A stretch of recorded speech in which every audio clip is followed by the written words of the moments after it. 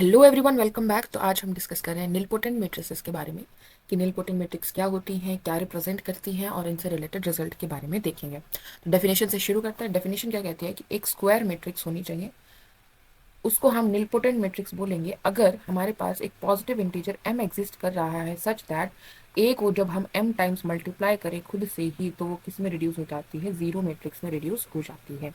मतलब बेसिकली जब हम a को बार बार उससे मल्टीप्लाई करते हैं तो वो जीरो मैट्रिक्स बन जानी चाहिए। अगर हमारे पास ऐसी कोई मैट्रिक्स है जो ये कंडीशन सेटिस्फाई कर रही है, उसके लिए पॉजिटिव इंटीजर हम ढूंढ पा रहे हैं, तो उस मैट्रिक्स को हम क्या बोलेंगे कि वो निलपोटेंट मैट्रिक्स है। इसमें ही हम डिफाइन करते हैं index of a nilpotent matrix. Index of a nilpotent matrix हो गया जो लीस्ट पॉजिटिव इंटीजर आपको मिला है। यहाँ पर हमें क्या कहिए, कोई भी पॉजिटिव इंटीजर आपको अगर ऐसा मिल रहा है such that am is equal to zero, तो वो निलपोटेंट मैट्रिक्स बन जाएगा। लेकिन जरूरी नहीं है कि यही m जो है वो हमारा क्या बन जाए, इंडेक्स बन जाए। इंडेक्स बनने के लिए क्या जरूरी है कि उसका लीस्ट होना चाहिए, उससे छोटा कोई भी नंबर अगर मैं a की पावर में ले जाऊं तो वो जीरो नहीं बनना चाहिए। ठीक है, तो ऐसा least positive integer such that a raise to power m is zero, then m is called the index of the nilpotent matrix. अब ये लीस्ट कैसे आइडेंटिफाई करें, इस लीस्ट से हम मैथमेटिकली क्या समझते हैं, इसका मतलब ये है कि हम n को इंडेक्स बोलेंगे निलपोटेंट मैट्रिक्स का if a raise to power n zero है लेकिन a raise to power n minus one non zero है। मतलब उससे कम अगर हमने पावर कर दी, एक भी कम पावर ली, तो वो जीरो मैट्रिक्स नहीं बन पाएगा। ठीक है, या फिर हम क्या बोल सकते हैं कि n हमारा इंडेक्स बनेगा निलपोटेंट मैट्रिक्स का अगर a raise to power n zero है और अगर कोई हमें और पॉजिटिव इंटीजर m मिल रहा है such that a raise to power m zero है, तो वो m जो है वो हमेशा n से बड़ा है। ठीक है, यहाँ पर n जो है वो डिफरेंट फ्रॉम m बोल रहे हैं हम लोग। क्लियर है, तो वो हमेशा क्या आ रहा है, n से बड़ा होगा। तो index of A nilpotent matrix clear है। अब बात आती है, क्या ये इंडेक्स की कोई बाउंड्स है कि इतना ही हो सकता है, इतना ही हो सकता है? हाँ जी है। इंडेक्स आपका वन से लेकर और साइज ऑफ द मैट्रिक्स तक जाता है। मतलब कि अगर आपके पास 4x4 की मैट्रिक्स है तो इंडेक्स आपका वन से लेकर 4 तक का हो सकता है। इंडेक्स वन कौन सी निलपोटेंट मैट्रिक्स का होगा, जीरो मैट्रिक्स का होगा, बिकॉज जीरो मैट्रिक्स इटसेल्फ हमारी जीरो होती है, तो पावर वन करने से ही काम चल जाएगा। ठीक है, तो जो इंडेक्स है वो कहाँ से कहाँ होता है, वन से लेकर साइज ऑफ द मैट्रिक्स तक जा सकता है। मान लीजिए 4x4 है तो जो इंडेक्स है वो वन हो सकता है, टू हो सकता है, थ्री हो सकता है, फोर हो सकता है मैट्रिक्स। आगे बढ़ते हैं, अब कुछ एग्जांपल्स देखते हैं निलपोटेंट मैट्रिक्स के। तो हमने यहाँ पर 2x2 की मैट्रिक्स ली है, 0 0 1 0। स्क्वायर करके हमने देखा तो क्या बन गया, जीरो मैट्रिक्स बन गई। इसका क्यूब करेंगे तो क्या आएगा, जीरो ही आएगा। अब इसकी पावर 4 करेंगे, मतलब इसको अगेन इससे मल्टीप्लाई करेंगे तो ये जीरो मैट्रिक्स बन गया। इसको किसी भी मैट्रिक्स से मल्टीप्लाई करोगे तो जीरो ही देगा। तो हमने ये ऑब्जर्व किया कि जब ए की पावर समथिंग जीरो आ जाता है तो उससे बड़ी अगर आपने कोई भी पावर ली तो वो भी जीरो ही रहता है for all M greater than equal to N. ठीक है, ये रिजल्ट है, ये हम आगे भी देखेंगे। यहां से हम क्या देखना चाह रहे हैं कि भाई एक मैट्रिक्स थी जिसका स्क्वायर करने पर जीरो मैट्रिक्स बन रहा है, यहाँ से ये कंफर्म हो गया कि ए निलपोटेंट मैट्रिक्स है। फिर हमें क्या आइडेंटिफाई करना है कि इसका इंडेक्स क्या होगा। इंडेक्स क्या होता है, लीस्ट पॉजिटिव इंटीजर होता है कि A raise to power N तो जीरो होना चाहिए but A raise to power N minus one zero नहीं होना चाहिए। तो यहाँ पर हमने देखा कि भाई ए स्क्वायर जीरो है और ए की पावर वन जो है वो नॉन जीरो है, इसका मतलब टू ही हमारा क्या बन जाएगा, इंडेक्स बन जाएगा। क्लियर है। इसके कुछ जनरल एग्जाम्पल हैं। आप कोई भी स्ट्रिक्टली अपर ट्रायंगुलर मैट्रिक्स ले लीजिए। स्ट्रिक्टली अपर ट्रायंगुलर मतलब आपकी जो डायगोनल एंट्रीज हैं वो जीरो होंगी, सिर्फ यहाँ पर आपकी अपर ट्रायंगल में यहाँ पर आपकी क्या होंगी, अबव द डायगोनल आपकी क्या होंगी, एंट्रीज नॉन जीरो हो सकती है। या फिर आप स्ट्रिक्टली लोअर ट्रायंगुलर ले लीजिए जिसमें बिलो द प्रिंसिपल डायगोनल आपकी नॉन जीरो एंट्रीज हो सकती है। एक और एग्जाम्पल देख लेते हैं। बी मैट्रिक्स यहाँ पर हमारी है one minus one one minus one. ठीक है, यहाँ से हमने देखा बी स्क्वायर किया तो फिर से हमारा क्या आ रहा है, जीरो आ रहा है, तो इस मैट्रिक्स का इंडेक्स भी क्या बन जा रहा है, टू बन जाएगा और ये निलपोटेंट मैट्रिक्स बन जाएगी। अब हम देखते हैं कि निलपोटेंट मैट्रिक्स बेसिकली रिप्रेजेंट क्या कर रही है। तो हम एक निलपोटेंट मैट्रिक्स लेकर चलते हैं। सपोज हमारे पास है एक मैट्रिक्स 0 1 0 0 0 1 0 0 0। तो अगर आपसे इस मैट्रिक्स की कोई रैंक पूछेगा तो कितनी है, इस मैट्रिक्स की रैंक कितनी है, टू है।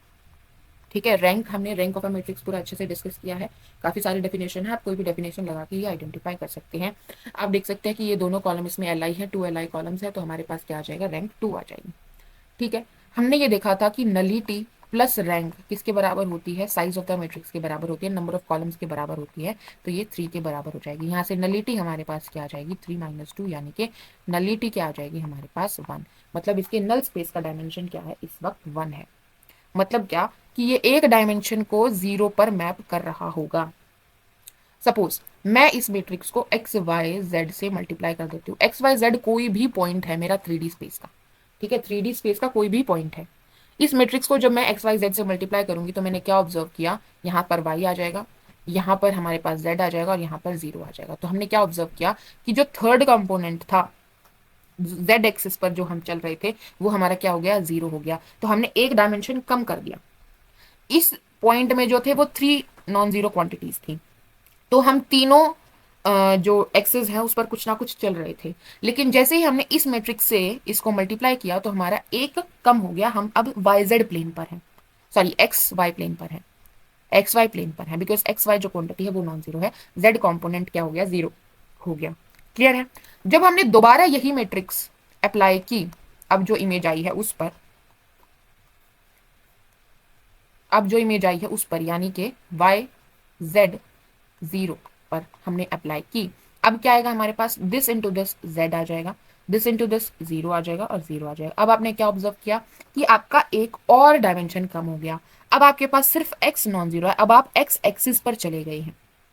देखो यहां पर जब हमने पहली बार मैट्रिक्स ऑपरेट की थी R3 के किसी भी वेक्टर पर, तो हमारा एक डायमेंशन कम हो गया था, हमने 3D स्पेस से हम कहां पहुंच गए थे, एक प्लेन पर पहुंच गए थे, एक्स वाई प्लेन पर। फिर हमने दोबारा से ये मैट्रिक्स अप्लाई की इमेज पर, फिर हमारा एक डायमेंशन और कम हो गया, अब हम प्लेन से 2D से कहां पहुंच गए, एक्सिस पर पहुंच गए, एक लाइन पर पहुंच गए। ठीक है। अब आप दोबारा से जब अप्लाई करोगे सेम मैट्रिक्स को तो आप कहां पहुंच जाएंगे, आपका एक डायमेंशन और कम हो जाएगा और आप कहां पहुंच जाएंगे, 0 0 0, यानी आप ओरिजिन पर पहुंच जाएंगे। ठीक है। तो निलपोटेंट मैट्रिक्स बेसिकली क्या कर रही होती है, आपके पूरे स्पेस को ओरिजिन की तरफ ले जा रही होती है। बार बार ऑपरेट करने से क्या कर रहे हैं, आपका डायमेंशन रिड्यूस हो रहा होता है और आप ओरिजिन की तरफ जा रहे होते हैं। पूरे स्पेस को ओरिजिन पर वो ले जा सकती है कि नहीं ले जा सकती। ठीक है। अगर आपकी मैट्रिक्स ऐसी क्वालिटी रखती है तो हम उसको क्या बोलते हैं, निलपोटेंट मैट्रिक्स। पूरे स्पेस को निल बना दे रही है, जीरो पर ले जा रही है, ओरिजिन पर ले जा सकती है। ठीक है। तो बेसिकली यहां पर जब हमने ये ऑपरेट किया बार बार, तो यहां पर हमारी मैट्रिक्स ए थी, ठीक है, उसको मैंने इस वेक्टर मान लीजिए वी पर एक्स वाई जेड जो है इस पर ऑपरेट किया, तो मेरे पास वाई जेड जीरो आया, राइट। फिर अगेन मैंने ए ऑपरेट किया इस पर, तो मेरे पास जेड जीरो आया, जेड जीरो जीरो आया। यानी ए स्क्वायर जब मैंने ऑपरेट किया किसी वेक्टर पर तो मेरे पास लाइन पर हमारी चीजें जा रही थी, लाइन पर कंक्लूड हो गई थी, कॉन्ट्रैक्ट हो गया था हमारा स्पेस। देन अगेन मैंने ए ऑपरेट किया तो यहाँ पर ए क्यूब बन गया और हमारी चीजें कहाँ चली गई, सारी ओरिजिन पर चली गई। ठीक है। तो हम क्या कर रहे हैं, ए क्यूब जब हम किसी वेक्टर पर ऑपरेट कर रहे हैं तो सारी चीजें कहाँ चली जा रही है, ओरिजिन पर चली जा रही है। तो ए क्यूब क्या कर रहा है, एज इन जीरो मैट्रिक्स काम कर रहा है। और आप जब ए क्यूब निकालोगे, इस मैट्रिक्स का क्यूब निकालोगे, तो आप फाइंड आउट करोगे कि वो जीरो मैट्रिक्स ही बनेगी। ठीक है। तो निलपोटेंट मैट्रिक्स क्या कर रही होती है, आपके स्पेस के डायमेंशंस को कम कर रही होती है। अब जरूरी नहीं है कि हर बार डायमेंशन एक से ही कम हो। आप एक और एग्जांपल देखिए, अगर आपके पास मैट्रिक्स है ये, ठीक है, इसको जब आप किसी वेक्टर पर ऑपरेट करोगे तो क्या होगा, आपका डायरेक्टली दो डायमेंशंस कम हो जाएंगे। और इस मैट्रिक्स की रैंक कितनी थी, इस मैट्रिक्स की रैंक 1 है ना। इसका निलपोट सॉरी इसका नलिटी क्या आ जाएगी हमारे पास, इसकी नलिटी आ जाएगी 2। तो ये दो डायमेंशन डायरेक्टली हमारे क्या कर देगी, रिड्यूस कर देगी। आप मल्टीप्लाई करके देखोगे तो आपके पास जेड जीरो जीरो आ जाएगा। और आपने एक बार और ऑपरेट कर दोगे ये मैट्रिक्स तो आपका 0 0 0 पर पूरा 3D स्पेस चला जाएगा। ठीक है। तो कितनी बार मल्टीप्लाई करने पर वो जीरो पर चला जा रहा है, यही तो था ना इंडेक्स। इंडेक्स हमें यही तो बता रहा था ना कि एक मैट्रिक्स को कितनी बार ऑपरेट करना है और वो पूरा कहां पर, जीरो पर रिड्यूस हो जाना चाहिए पूरा स्पेस। अब ये तो 3D की बात होगी, 4D में बात कर लेते हैं। मान लीजिए 4D में हमारे पास ए मैट्रिक्स है, यानी 4 क्रॉस 4 की मैट्रिक्स है जिसका इंडेक्स 2 है, जिसका इंडेक्स 2 है, यानी ए स्क्वायर क्या आ रहा होगा, जीरो आ रहा होगा, जीरो मैट्रिक्स बन रहा होगा। इसका मतलब क्या है कि ए को जब मैं किसी वेक्टर पर दो बार ऑपरेट कर दूंगी तो मेरा पूरा का पूरा जो 4D स्पेस है वो कहाँ रिड्यूस होना चाहिए, उसके ओरिजिन पर रिड्यूस हो जाना चाहिए। ठीक है। तो दो पॉसिबिलिटी है यहाँ पर ए के लिए। ए कुछ ऐसा हो सकता है 0 0 0 1 0 0 0 1 0 0 0 0, ऐसा हो सकता है। इसकी रैंक क्या है, इसकी रैंक हमारे पास 2 है। इसकी नलिटी क्या है, इसकी नलिटी भी 2 है। ये क्या करेगी, दो डायमेंशन एक साथ रिड्यूस करेगी। देखो आप किसी, अब हम 4D में है तो R4 का एलिमेंट लेंगे, तो UVW ले लो, UVW x, ठीक है। ऑपरेट करोगे तो क्या आएगा आपका, ये यहाँ पर आ जाएगा W, यहाँ पर आ जाएगा X और ये आ जाएंगे दोनों जीरो। दो डायमेंशन आपके रिड्यूस हो गए। अब आप XY प्लेन में चले गए हो, या UV बोल सकते हो, UV प्लेन में चले गए हो। ठीक है, फिर अगेन आपने ये मैट्रिक्स ऑपरेट की तो आपका पूरा ओरिजिन पर कॉन्ट्रैक्ट हो जाएगा, पूरा 4D स्पेस। ठीक है, अगर आपके पास यही मैट्रिक्स होती ऐसी 0 0 1, सॉरी 0 1 0 0 0 0 0 0 0 0, ऐसी मैट्रिक्स होती, 4x4 की है ये भी मैट्रिक्स। ठीक है, इसको जब मैं UVWX पर ऑपरेट करूंगी तो डायरेक्टली देखो इस मैट्रिक्स की रैंक कितनी है 1, और इसकी नलिटी कितनी आ जाएगी 3, यानी कि ये 3 डायमेंशंस को 0 पर भेज रहा होगा। कौन से 3 डायमेंशंस हो जाएंगे, आपके नीचे वाले तीनों को ये 0 पर मैप कर रहा होगा। ठीक है, सिर्फ ये बचेगा आपके पास, मतलब सिर्फ आप कहां पर पहुंच जाएंगे, यू एक्सिस पर पहुंच जाएंगे एक बार ही ये मैट्रिक्स ऑपरेट करने से। इसमें क्या हो रहा था, दो दो करके इसने डायमेंशन रिड्यूस किए, इसने फर्स्ट बारी में ही 3 रिड्यूस कर दिए। फिर दोबारा ऑपरेट करोगे तो बचा हुआ एक भी कहाँ चला जाएगा, ओरिजिन पर चला जाएगा। तो बेसिकली निलपोटेंट मैट्रिक्स क्या कर रही होती है, आपके पूरे स्पेस को ओरिजिन पर कॉन्ट्रैक्ट कर रही होती है, ओरिजिन की तरफ ले जा रही होती है, डायमेंशन कम कर रही होती हैं।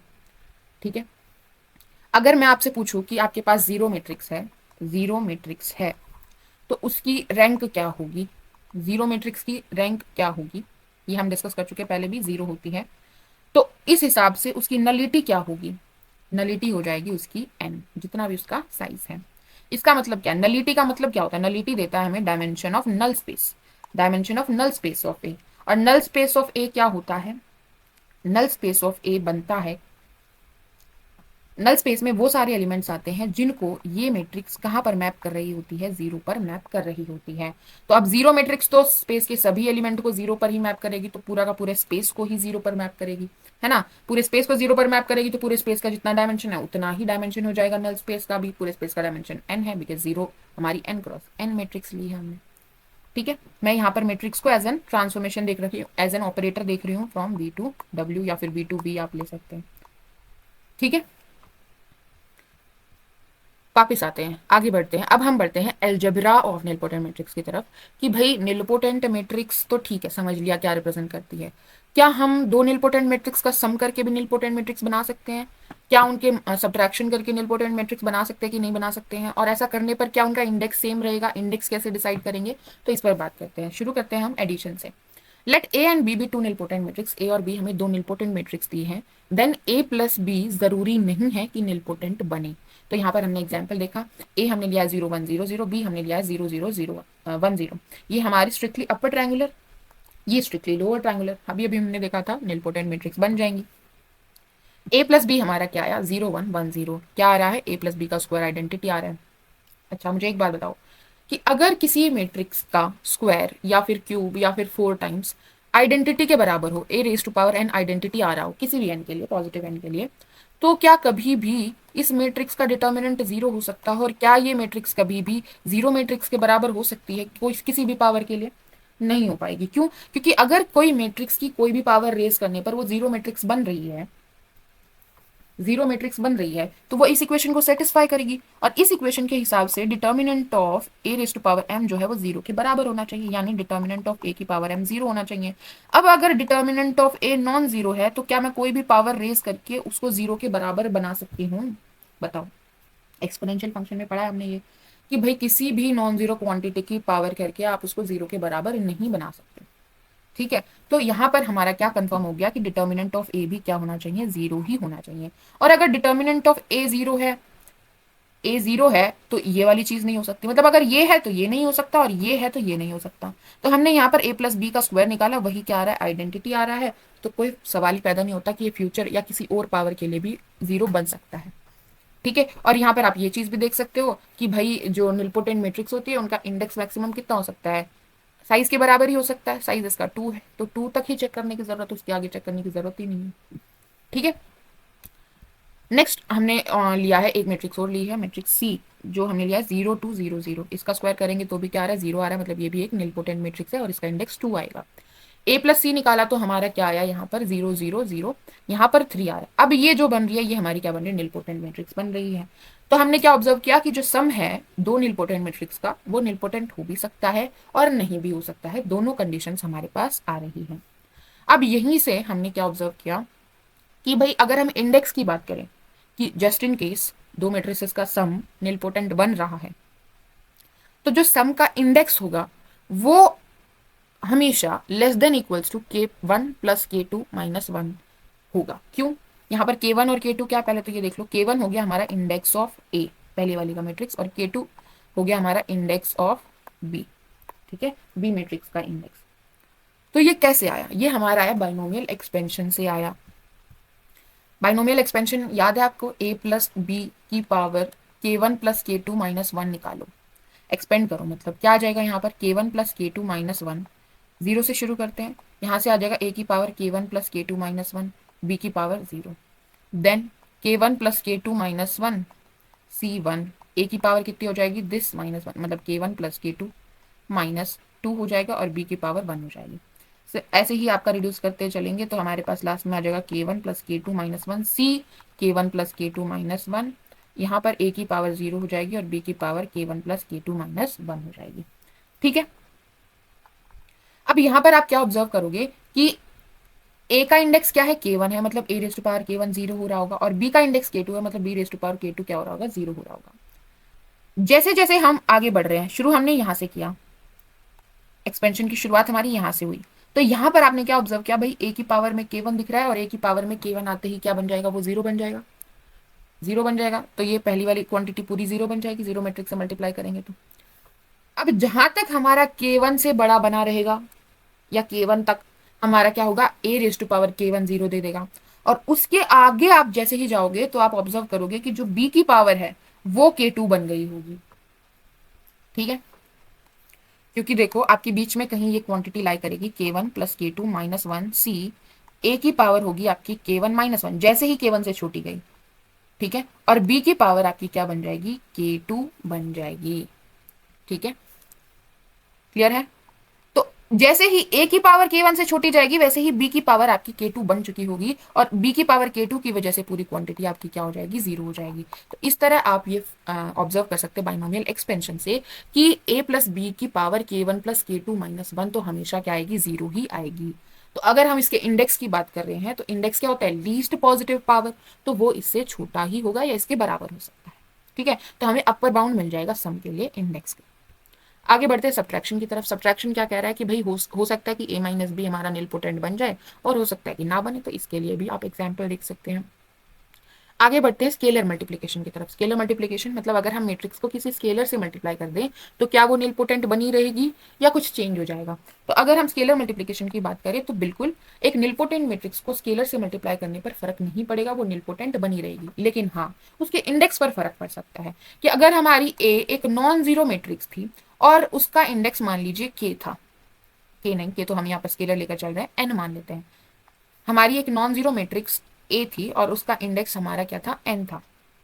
ठीक है, अगर मैंने K 0 ले लिया, मतलब अगर मेरा स्केलर 0 हो गया, तो K इंटू ए क्या बन जाएगा? 0 मैट्रिक्स बन जाएगा, और इसका इंडेक्स तो क्या होता है? 1 होता है। हाँ कि ना? तो मेरा इंडेक्स तो चेंज हो जाएगा। लेकिन अगर K नॉन जीरो लिया मैंने, कोई नॉन जीरो स्केलर लिया, 1 लिया, 2 लिया, -1, 1/2, 4, 5, कुछ भी, 0 नहीं लिया, तो हमारा के ए का जो इंडेक्स है वो n ही बना रहेगा। तो के ए मतलब स्केलर मल्टीप्लाई करने से निलपोटेंट तो बना रहेगा, लेकिन आपको इंडेक्स बताते वक्त ध्यान रखना होगा कि अगर हमारा स्केलर 0 हो गया तो के ए मैट्रिक्स 0 मैट्रिक्स ही बन जाएगी। तो उस केस में आपका इंडेक्स चेंज हो सकता है, आपका इंडेक्स क्या हो जाएगा? 1 बन जाएगा उस केस में। और अगर आपका स्केलर नॉन जीरो है तो इंडेक्स आपका सेम बना रहेगा, जो मैट्रिक्स ए का था वही रहेगा। आप इसके लिए एग्जाम्पल देख सकते हैं। हमने ए मैट्रिक्स ली है, इसका हमने इंडेक्स आइडेंटिफाई किया कि क्या आएगा? इंडेक्स 3 आया, क्योंकि ए रेज टू पावर 3 0 हो रहा था, और ये लीस्ट पावर थी क्योंकि ए स्क्वायर हमारा नॉन जीरो आ रहा है। ठीक है, फिर हमने के ए किया, के हमने कोई भी स्केलर लिया है यहाँ पर नॉन जीरो। ठीक है, यहां से हमने ऑब्जर्व किया कि के ए का क्यूब भी क्या आ रहा है? 0 ही आ रहा है। आगे बढ़ते हैं मल्टीप्लिकेशन की तरफ कि अगर हम दो निलपोटेंट मैट्रिक्स को मल्टीप्लाई कर दे, प्रोडक्ट कर दे, तो क्या वो निलपोटेंट बनेगा कि नहीं बनेगा? तो यहाँ पर भी यही है कि हो भी सकता है, संभावनाएं हैं कि वो निलपोटेंट बन जाए, लेकिन ये भी संभावना है कि वो निलपोटेंट ना बने। तो अगेन हमने ए मैट्रिक्स ली है, बी मैट्रिक्स ली है, इनका हमने आइडेंटिफाई किया इंडेक्स। ए का इंडेक्स 3 आया है और बी का इंडेक्स 2 आया है। ए भी हमने निकाला तो हमने ऑब्जर्व किया कि ये निलपोटेंट मैट्रिक्स नहीं है। अब यहाँ पर क्या कंडीशन है, किस कंडीशन में वो निलपोटेंट बन जाएगा? अगर हमारे पास जो मैट्रिक्स है वो क्या है? कॉम्यूटेटिव है। यहाँ पर ये जो बाइनोमियल एक्सपेंशन लगाया था ना मैंने, ये अप्लाई करने के लिए भी क्या होना चाहिए, कॉम्यूटेटिविटी होनी चाहिए। ठीक है, यहाँ पर भी कॉम्यूटेटिविटी होनी चाहिए, ए और बी आपस में कम्यूट करने चाहिए। अब ए और बी अगर आपस में कम्यूट कर रहे हैं तो उनकी पावर्स भी कम्यूट करती हैं। ठीक है, अगर ए और बी कम्यूट कर रहे हैं तो ए बी और बी ए दोनों ही हमारी क्या बन जाती है, निलपोटेंट मैट्रिक्स बन जाती है। देखो ए बी और बी ए दोनों एक साथ निलपोटेंट बनती हैं, अगर ए भी निलपोटेंट है तो बी ए भी निलपोटेंट बन जाएगी। अब इसके इंडेक्स की बात कर लेते हैं कि भाई ए का मान लीजिए कि इंडेक्स K1 है, बी का इंडेक्स K2 था, तो ए बी का इंडेक्स क्या होगा। तो देखो ये हमने निकाला कि भाई ये minimum of K1 and K2 हो जाएगा। कैसे हो जाएगा कि भाई देखो जैसे ए बी था, इसकी मैंने कोई पावर m किया ना, इसकी पावर मैंने अगर K1 किया, क्योंकि K1 क्या है, ए का इंडेक्स है, ए की पावर K1 तो 0 दे देगा।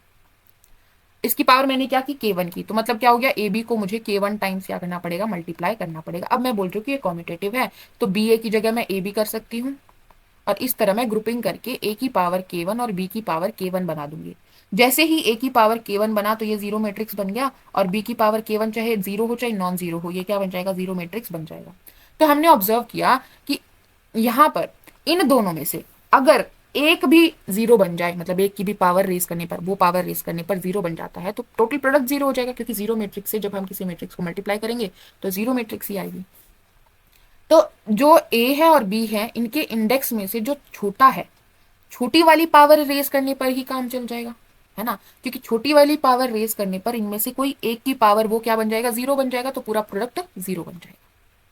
समझ आ रहा है। मान लीजिए ए की इंडेक्स 2 है और बी का इंडेक्स 3 है, अब मुझे ए बी का इंडेक्स निकालना है। ठीक है, ए का इंडेक्स 2 है यानी A raise to power 2 zero हो रहा होगा, बी का इंडेक्स 3 यानी B raise to power 3 zero हो रहा होगा। अब मैं क्या करती हूँ, ए बी का स्क्वायर निकालती हूँ, क्या आएगा, ए स्क्वायर बी स्क्वायर आ जाएगा, क्योंकि ए बी आपस में कम्यूट कर रही है। यहां से जैसे ही ये आया तो ए स्क्वायर जीरो बन गया, तो ये पूरा क्या बन जाएगा, जीरो बन जाएगा। तो 2 हमारा क्या बन जाएगा, इंडेक्स बन जाएगा ए बी के लिए। ए बी की पावर 3 भी जीरो ही आएगा, ये भी रिजल्ट हम आगे देखेंगे। अभी हम यहाँ पर बात करते हैं कि मिनिमम पावर रेस करने से ही हमारा काम बन जा रहा है इंडेक्स के लिए। अब हमें बोला है कि ए बी अगर निलपोटेंट है, मान लीजिए के ऑर्डर की, तो बी ए भी निलपोटेंट बन जाएगी, लेकिन इनके जो इंडेक्स है उनमें क्या रिलेशन होगा, तो वो रिलेशन देख लेते हैं। मान लीजिए ए बी हमारी के ऑर्डर की निलपोटेंट मैट्रिक्स है, मतलब ए बी की पावर अगर मैं के रेस करूं, वो लीस्ट पॉजिटिव इंटीजर है जो जीरो हो रहा है। ठीक है, मुझे बी ए की बात करनी है कि इसकी पावर मैं क्या रेस करूं कि वो जीरो बन जाए। तो मैं क्या करती हूं, बी ए की पावर के प्लस वन ले लेते हैं, के प्लस वन ले लेते हैं, ये क्या बन जाएगा, बी ए की पावर के, और यहां पर क्या कीजिए, क्या करेंगे, इसको पूरा लिखते हैं, ये हो जाएगा बी ए कितनी बार आ जाएगा, के प्लस वन टाइम्स आ जाएगा। अब यहाँ पर अंदर आप देखिए ये ए बी बन गया, यहाँ पर भी ए बी बनेगा, एसोसिएटिविटी लगा के हम क्या बोल सकते हैं, बी ए बी की पावर अंदर के बन जाएगा, क्योंकि बी ए के प्लस वन टाइम्स रिपीट हुआ तो ए बी के टाइम्स आएगा, और यहाँ पर लास्ट में भी क्या बच जाएगा, बी बच जाएगा। यहाँ पर बीच में ये बन गया तो ये क्या आ जाएगा, जीरो। तो हमने क्या ऑब्जर्व किया कि भाई बी ए की पावर अगर हम के प्लस वन रेस करते हैं तो वो क्या आ जा रहा है, जीरो आ जा रहा है। तो यहाँ से हम ये कंफर्म कर सकते हैं कि जो बी ए है उसका इंडेक्स मैक्सिमम कितना हो सकता है, के प्लस वन हो सकता है। तो यहाँ पर भी जो के प्लस वन है वो एज इन बाउंड काम करेगा, एग्जैक्टली हम यहाँ से नहीं बोल पाएंगे। तो यहाँ पर आप लिख सकते हैं कि is less than equals to index of A B plus one. आगे बढ़ते हैं, नेक्स्ट हमारे पास आते हैं ट्रांसपोज की बात, कि अगर हमारी ए निलपोटेंट मैट्रिक्स है तो क्या उसका ट्रांसपोज भी निलपोटेंट मैट्रिक्स बनेगा, हाँ बिल्कुल बन जाएगा, और सेम इंडेक्स का बनेगा। कैसे ऑब्जर्व कर सकते हैं आप, ये चीज आप ए ट्रांसपोज कर लीजिए, ए हमें निलपोटेंट दिया है ऑर्डर के का, सॉरी इंडेक्स के का, तो ए रेस टू पावर के क्या हो जाएगा, जीरो हो जाएगा। अब आप ए ट्रांसपोज की पावर के निकालिए, तो ये ए रेस टू पावर के का ट्रांसपोज हो जाएगा, तो ये जीरो मैट्रिक्स बन जाएगी। अब इन्वर्स की बात कर लेते हैं, तो अगर हम निलपोटेंट मैट्रिक्स देखें तो वो इन्वर्टिबल नहीं होती हैं, इनका डिटर्मिनेंट हमेशा क्या होता है, जीरो होता है। अभी अभी मैंने बात की थी कि ए रेस टू पावर के जीरो हो रहा है किसी के लिए, इसका मतलब डिटर्मिनेंट ऑफ ए क्या रहा होगा, जीरो रहा होगा। तो ये कभी भी इन्वर्टिबल नहीं होती है, इनका इन्वर्स एग्जिस्ट ही नहीं करता है। अब हम बढ़ते हैं सिमिलर मैट्रिक्स की तरफ, कि हमें बोला है ए निलपोटेंट मैट्रिक्स है और बी ए के सिमिलर है, तो क्या बी भी निलपोटेंट मैट्रिक्स हो जाएगी, हाँ हो जाएगी। सेम इंडेक्स की हो जाएगी। ठीक है, यहाँ पर हमने बात की जैसे बी सिमिलर दी है ए के, तो एक पी एग्जिस्ट कर रही होगी, invertible P, such that B is equals to P A P inverse. तो B raise to power n करेंगे तो पी ए पी इनवर्स को एन टाइम्स लिखेंगे, एसोसिएटिविटी लगाएंगे तो पी इनवर्स पी यहाँ पर क्या बन जाएगा, आइडेंटिटी बन जाएगा। बीच में क्या बन जाएगा, हमारे ए रेज टू पावर एन बन जाएगा, और जैसे ही ए रेज टू पावर एन बनेगा तो जीरो हमारे पास आ जाएगा, और इससे छोटा नहीं बन पाएगा क्योंकि A raise to power N minus one हमारा नॉन जीरो होगा, क्योंकि ए का इंडेक्स एन दिया। ठीक है, नेक्स्ट बात करते हैं पावर ऑफ निलपोटेंट मैट्रिक्स की। अगर हमारे पास एक निलपोटेंट मैट्रिक्स है, इसका मतलब क्या है कि मेरे पास एक n एग्जिस्ट कर रहा होगा such that A raise to power n क्या हो रहा होगा, जीरो हो रहा होगा, और इसी में जो लीस्ट होगा, जो लीस्ट पॉजिटिव इंटीजर होगा उसको हम क्या बोल देते हैं, इंडेक्स बोल देते हैं। तो अब हमारे पास ये रिजल्ट आता है कि जब आप इंडेक्स से बड़ी कोई भी पॉजिटिव पावर लेते हो ए की, नाउ सपोज ए का इंडेक्स 3 था, यानी ए रेज टू पावर 3 जीरो हो गया, ए स्क्वायर हमारा नॉन जीरो है, ए भी हमारा नॉन जीरो। ठीक है, अब मैं अगर 3 से बड़ी कोई भी पावर लूंगी ए की, मान लीजिए मैंने 5 ले ली, तो मैं इसको क्या लिख सकती हूँ, A raise to power 3 into A square लिख सकती हूँ कि नहीं लिख सकती, लिख सकते हैं। और ये क्या है, जीरो मैट्रिक्स है तो ये जीरो बन जाएगा। तो ए रेज टू पावर आपने n प्लस वन किया, और n अगर आपका इंडेक्स है ए का, if N is index of A, then A raise to power n plus one क्या हो जाएगा, जीरो हो जाएगा, बिकॉज इसको हम क्या लिख सकते हैं, A raise to power n into A, और ये क्या है, जीरो है। तो n प्लस आर अगर हम कर दे, for all r belongs to natural number, तो ये क्या बन जाएगा, ये जीरो बन जाएगा सभी के लिए। ठीक है, जनरलाइज कर सकते हैं ना हम इसको ऐसे। तो यहाँ पर हमारे पास क्या रिजल्ट है, ये रिजल्ट कह रहा है कि अगर A raise to power n zero है, A raise to power n जो है वो जीरो होता है for all n greater than equals to index of A. Index of A से बड़े सभी पॉजिटिव इंटीजर्स के लिए हमारा जो A raise to power n है वो क्या हो जाएगा, जीरो हो जाएगा। इंडेक्स ऑफ ए की अगर हम बात करें तो वो हमेशा less than equals to order of matrix होता है। यहाँ पर हम ए को एन क्रॉस एन की मैट्रिक्स लेकर चल रहे हैं। ये अलग रिजल्ट, इसको अलग से देखिएगा। नेक्स्ट स्टेटमेंट बात कर रही है कि अगर ए हमारे पास निलपोटेंट मैट्रिक्स दी है तो क्या ए रेज टू पावर के भी निलपोटेंट बन जाएगी, हाँ बन जाएगी। और इसके इंडेक्स क्या होगा, इसका इंडेक्स बनेगा हमारा सीलिंग फंक्शन आर अपॉन के, वेर आर हमारा क्या बनेगा, इंडेक्स ऑफ ए बनेगा। ठीक है, यहाँ पर सीलिंग फंक्शन यूज करना है। देख लेते हैं क्या कह रहा है इसका मतलब। मान लीजिए हमारे पास ए एक मैट्रिक्स है जो कि 5x5 की मैट्रिक्स है, और इसका इंडेक्स भी क्या है, 5 है, यानी ए रेज टू पावर 5 जीरो हो रहा है। ए रेज टू पावर 4 की अगर बात करें, ए रेज टू पावर 3 की बात करें, तो ये सब हमारी नॉन जीरो मैट्रिसेस आ रही हैं। अब हमसे अगर पूछ रहा है कि ए रेज टू पावर 3 बताइए कि क्या ये निलपोटेंट मैट्रिक्स बनेगी कि नहीं बनेगी, और अगर बनेगी तो क्या इसका इंडेक्स होगा। तो हम बात करते हैं ए रेज टू पावर 3 की कि ये निलपोटेंट मैट्रिक्स बन जाएगी। अगर ए निलपोटेंट है तो ए रेज टू पावर के निलपोटेंट मैट्रिक्स बन जाएगी। और हमसे पूछ रहा है कि भाई निलपोटेंट तो बन गई, चलो इसका इंडेक्स बता दो कि क्या आएगा। तो वो इंडेक्स आ जाएगा सीलिंग फंक्शन 5/3, यानी कि सीलिंग फंक्शन में क्या होता है कि उससे जस्ट बड़ा इंटीजर लेना है हमें। तो यहाँ पर आ रहा है हमारे पास 1.66, सीलिंग फंक्शन हमारे क्या दे देगा, 2 दे देगा, तो इसका इंडेक्स क्या बनेगा, 2।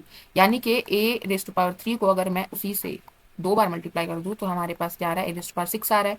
और ए रेज टू पावर 6 की अगर मैं बात करूँ, अभी हमने डिस्कस किया कि अगर यहाँ पर जो पावर में है वो इंडेक्स से बड़ा है या इंडेक्स के बराबर है, तो ये हमेशा क्या आएगा, जीरो आएगा। और ए का इंडेक्स क्या है, 5, और 6 5 से बड़ा है, तो ये क्या आएगा, जीरो आएगा। तो हमने देखा कि ए रेज टू पावर 3 को जब हम पावर 2 रेज करते हैं तो वो क्या आ रहा है, जीरो हो रहा है। इसका मतलब ए रेज टू पावर 3 का इंडेक्स क्या बन जाएगा, 2 बन जाएगा। क्लियर है ये, आगे बढ़ते हैं। नेक्स्ट हम बढ़ते हैं रिजल्ट्स की तरफ। तो आ जाओ फिर से बात कर लेते हैं। हमने बात की कि निलपोटेंट मैट्रिक्स कब बोलेंगे हम किसी भी मैट्रिक्स को, जब A raise to power n zero हो रहा हो किसी पॉजिटिव इंटीजर एन के लिए। यानी कि इसके लिए हमारा एनिलिएटिंग पॉलिनोमियल क्या बन जाता है, X raise to power N is equals to zero.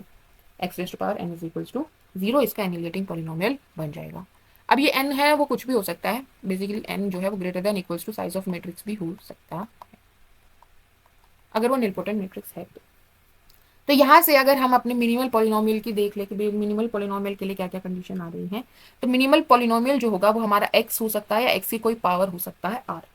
ठीक है, अगर हमारा मिनिमल पॉलिनोमियल, क्योंकि इसी के फैक्टर्स होने चाहिए राइट, अगर हमारा मिनिमल पॉलिनोमियल एक्स हुआ, इसका मतलब हमारी मैट्रिक्स इटसेल्फ ही क्या है, जीरो मैट्रिक्स है, क्योंकि मैट्रिक्स जो है वो मिनिमल पॉलिनोमियल को सेटिस्फाई करती है, उसकी जीरोस बनती है, केली हैमिल्टन थ्योरम। और अगर ये मिनिमल पॉलिनोमियल नहीं है, X raise to power something उसका मिनिमल पॉलिनोमियल बन रहा है, तो हमारा ये जो आर होगा ना, ये हमारा क्या हो जाएगा, इंडेक्स होता है, बेसिकली इंडेक्स ऑफ ए के बराबर होगा। ये हमारा किसके बराबर हो जाएगा, इंडेक्स ऑफ ए के बराबर होगा। हम यहाँ पर किसकी बात करें, मिनिमल पॉलिनोमियल की बात कर रहे हैं।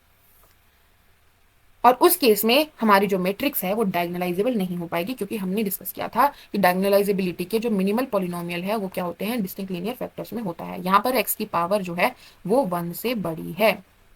वन वन वाला तो मैंने अलग करके लिख दिया ना, अगर आर जो है वो 1 से बड़ा है उसकी बात हम यहाँ कर रहे हैं, तो उस केस में हमारी मैट्रिक्स डायगोनलाइजेबल नहीं हो पाएगी। तो अगर हमें बोल रहा है कि निल पोटेंट मैट्रिक्स है और बोल रहा है कि वो डायगोनलाइजेबल भी है, अगर वो डायगोनलाइजेबल है मतलब उसका मिनिमल पॉलिनोमियल ये रहा होगा, लीनियर फैक्टर होगा, और उस केस में हमारी मैट्रिक्स क्या बन जाएगी, जीरो मैट्रिक्स बन जाएगी। तो निल पोटेंट, डायगोनलाइजेबल, जीरो मैट्रिक्स। ठीक है।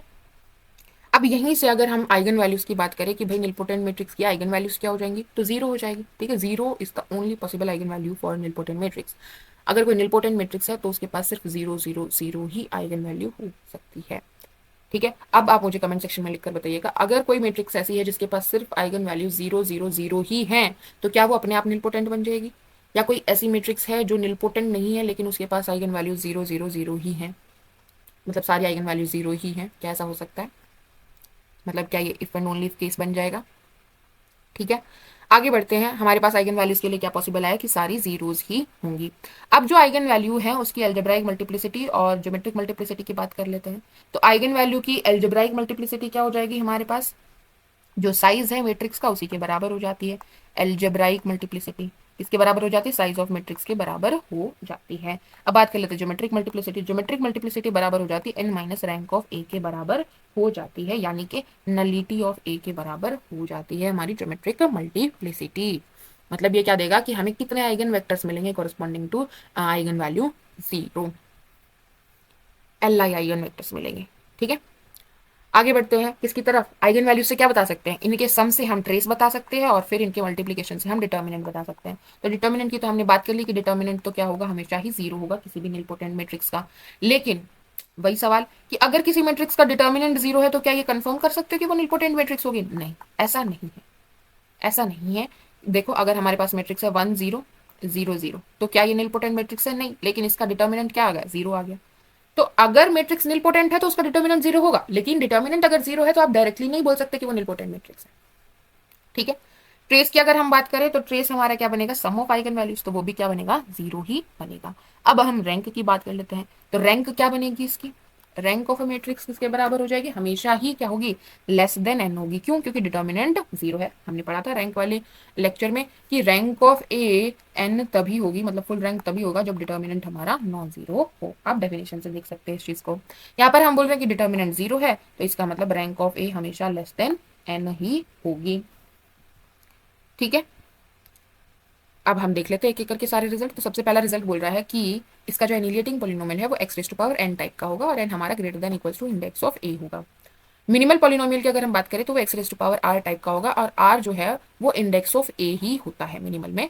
और आर की वैल्यू क्या क्या हो सकती है, ग्रेटर देन इक्वल्स टू 1 होगी। जब 1 होगा तो उस केस में हमारी मैट्रिक्स इटसेल्फ भी क्या बन जाएगी, जीरो मैट्रिक्स बन जाएगी। और सिर्फ उसी केस में ये डायगोनलाइजेबल है, बाकी किसी केस में ये डायगोनलाइजेबल नहीं होता है। डायगोनलाइजेबल मतलब इस किसी डायगोनल मैट्रिक्स के सिमिलर हम नहीं लिख पाएंगे। हमारे पास क्या आते हैं, ब्लॉक्स आते हैं, निलपोटेंट ब्लॉक्स आते हैं, जॉर्डन कैनोनिकल फॉर्म उसकी हम बना सकते हैं। ठीक है, the only possible eigen value क्या होगी, हमारी जीरो होगी। ट्रेस ऑफ ए भी जीरो होगा। डिटर्मिनेंट की बात करें तो वो भी क्या होगा, जीरो होगा। अगर हम रैंक की बात करें तो वो क्या होगी, लेस देन एन होगी। अब हमने ऊपर भी ऑब्जर्व किया था सबसे पहले जो एग्जाम्पल्स दिए थे, तो एक एक करके जब हम पावर कर रहे थे तो रैंक क्या हो रही थी, इसकी रैंक कितनी थी, 2। जब हम इसका स्क्वायर करेंगे तो रैंक क्या हो जाएगी, 1। और जब क्यूब कर देंगे तो रैंक क्या हो जाएगी, 0। तो जब हम मल्टीप्लाई करते हैं किसी मैट्रिक्स को उसी से, निलपोटेंट मैट्रिक्स को बेसिकली खास करके, तो हमारी जो रैंक है वो क्या होती है, रिड्यूस होती है। ठीक है, अब अगर ए मैट्रिक्स जीरो ही है तो उसका स्क्वायर करो, क्यूब करो, सब सारी रैंक क्या रहेंगी, जीरो ही रहेंगी। तो उस केस में इक्वालिटी भी होल्ड कर जाती है। अगर नॉन जीरो मैट्रिक्स है और निलपोटेंट मैट्रिक्स है तो हमारी रैंक हमेशा रिड्यूस ही होगी। नेक्स्ट है हमारे पास रिजल्ट नंबर 7। ये क्या कह रहा है कि निलपोटेंट मैट्रिक्स डायगोनलाइजेबल होगी तभी जब वो ए मैट्रिक्स जीरो हो। नेक्स्ट रिजल्ट है रिजल्ट नंबर 8। ये क्या कह रहा है कि ए अगर हमारे पास निलपोटेंट मैट्रिक्स है then I plus A and I minus A जो है वो क्या बन जाती है, इनवर्टिबल मैट्रिक्स बन जाती है। यहाँ पर ए हमने निलपोटेंट मैट्रिक्स ली है जिसका इंडेक्स 2 है, हमने आई प्लस ए निकाला। तो यहाँ पर ध्यान रखिएगा जो आई का साइज लोगे आप, ऑर्डर लोगे, वो ए के बराबर ही लेना है क्योंकि एडिशन तभी हमारा पॉसिबल होगा। तो आई प्लस ए हमने निकाला, इसका डिटर्मिनेंट क्या आ रहा है, 1, जो कि नॉन जीरो है, मतलब ये इन्वर्टिबल है, इसका इन्वर्स पॉसिबल है। ऐसे ही हमने i माइनस वन निकाला, तो ये भी हमारा क्या आ रही है, इन्वर्टिबल आ रही है, इसका भी इन्वर्स हम निकाल पाएंगे। अब अगर हम आइगन वैल्यू की बात करें कि भाई i प्लस ए और i माइनस ए की आइगन वैल्यूज क्या पॉसिबल है, तो हम ऑब्जर्व करेंगे कि इसके लिए जो आइगन वैल्यू पॉसिबल है वो सिर्फ क्या है, 1 ही है, और कोई आइगन वैल्यू इसकी पॉसिबल नहीं है। जैसे कि ऐसा क्यों आया, देखो ए की अगर हम बात करें तो उसकी आइगन वैल्यू क्या है, 0 है, यानी कि हमारे पास एक नॉन जीरो वेक्टर भी आ रहा होगा such that A B is equals to 0 बन रहा होगा, एक नॉन जीरो वेक्टर आ रहा होगा। अब ये जो नॉन जीरो वेक्टर है वो आइडेंटिटी के रिस्पेक्ट में भी क्या बन रहा होगा, हमारा आइगन वेक्टर बन जाएगा। ये बात हमने कल भी डिस्कस की थी कि भाई आइडेंटिटी के रिस्पेक्ट में तो हमारा पूरा स्पेस जो है एज एन आइगन वेक्टर काम कर देता है 0 को छोड़ के, बिकॉज आइगन वेक्टर हम हमेशा क्या लेते हैं, नॉन जीरो लेते हैं। तो हमारे पास ये जो v है वो आइडेंटिटी के रिस्पेक्ट में आइगन वेक्टर काम कर रहा होगा, आइडेंटिटी इंटू वी भी क्या दे रहा होगा, v दे रहा होगा, आइगन वैल्यू 1 के कॉरेस्पॉन्डिंग। ठीक है, अब मैं क्या करती हूँ, इस i प्लस ए को इस v पर ऑपरेट करती हूँ, तो क्या आएगा, आई वी प्लस ए वी, यही आएगा। ये मुझे v देगा और ये मुझे 0 देगा। मेरे पास क्या आ गया कि i plus A into V क्या आ रहा है, v आ रहा है। इसका मतलब कि ये जो आइगन वेक्टर v था, ये i प्लस ए का आइगन वेक्टर बन गया किसके corresponding, lambda is equals to 1 के कॉरेस्पॉन्डिंग। यहाँ पर अगर हम i माइनस ए ऑपरेट करते v पे, तो ये क्या बन जाता, I V minus A V बन जाता, ये 0 देगा, ये v देगा। तो अगेन i माइनस ए के लिए भी v हमारा आइगन वेक्टर बन गया corresponding to lambda is equals to 1। तो हमने यहाँ पर ऑब्जर्व किया कि जो v के लिए सॉरी जो a के लिए आइगन वेक्टर्स थे 0 के कॉरेस्पॉन्डिंग, वो सभी i माइनस ए और i प्लस ए के लिए 1 के कॉरेस्पॉन्डिंग आइगन वेक्टर्स बन रहे हैं। ठीक है, ओके, तो इसके लिए जो ओनली पॉसिबल क्या आएगा, आइगन वैल्यू हमारी 1 ही आएगी और कोई आइगन वैल्यू पॉसिबल नहीं होगी। अगर हम डिटर्मिनेंट की बात करें, determinant of i plus T ए, तो भाई हमने देखा कि i प्लस टी ए, अब यहाँ पर अगर मैं t भी कर दूँ तो कुछ फर्क पड़ेगा बताओ, बिकॉज टी जिसके साथ मल्टीप्लाई हो रहा है वो तो हमें 0 ही दे रहा है ना, इसके साथ मल्टीप्लाई करोगे टू टी तो वो 0 ही देगा। तो उस केस में भी अगर हम इस मैट्रिक्स की बात करें अंदर वाली की, तो इसकी भी आइगन वैल्यू क्या पॉसिबल है, 1 ही पॉसिबल है। और डिटर्मिनेंट क्या होता है, प्रोडक्ट ऑफ आइगन वैल्यू, तो वो क्या आएगा, 1 ही आएगा। ठीक है, तो determinant of i plus T A, T belongs to integer, वो क्या होगा, हमेशा ही 1 होगा। आगे बढ़ते हैं, नेक्स्ट हमारे पास है रिजल्ट नंबर 9। ये क्या कह रहा है कि ए अगर हमारे पास निलपोटेंट मैट्रिक्स है एंड बी हमारे पास एक इनवर्टिबल मैट्रिक्स है, देन ए प्लस माइनस बी जरूरी नहीं है कि एक इन्वर्टिबल मैट्रिक्स बने। तो यहाँ पर हमने ए लिया है, बी लिया है, ए प्लस बी निकाला जो कि इन्वर्टिबल आया, but A minus B invertible नहीं आया। फिर हमने सी और डी लिया जिसमें सी प्लस डी इन्वर्टिबल नहीं आया और सी माइनस डी इन्वर्टिबल आ गया। तो ऐसा कोई जरूरी नहीं है कि ए आप निलपोटेंट मैट्रिक्स लो, बी इन्वर्टिबल लो, तो ए प्लस माइनस बी करके आपके पास इन्वर्टिबल मैट्रिक्स बना लो। आप कब बना पाओगे, ये आप तब बना पाओगे जब ए और बी आपकी क्या हो रही हो, कम्यूट हो रही हो। ठीक है, नेक्स्ट रिजल्ट है रिजल्ट नंबर 10। ये क्या कह रहा है कि अगर आपके पास कुछ ऐसा है कि ए स्क्वायर 0 है, ए स्क्वायर 0 है, तो उस केस में जो रैंक है ए की वो हमेशा क्या होती है, less than equals to n/2 greatest integer function यहाँ पर लेना है, मतलब आपको फ्लोर फंक्शन यहाँ पर लेना है। नाउ सपोज हमारे पास 5x5 की मैट्रिक्स है, यानी कि 5x5, ओके, और मुझे क्या बनानी है, 2 इंडेक्स की निलपोटेंट मैट्रिक्स बनानी है 5x5 की।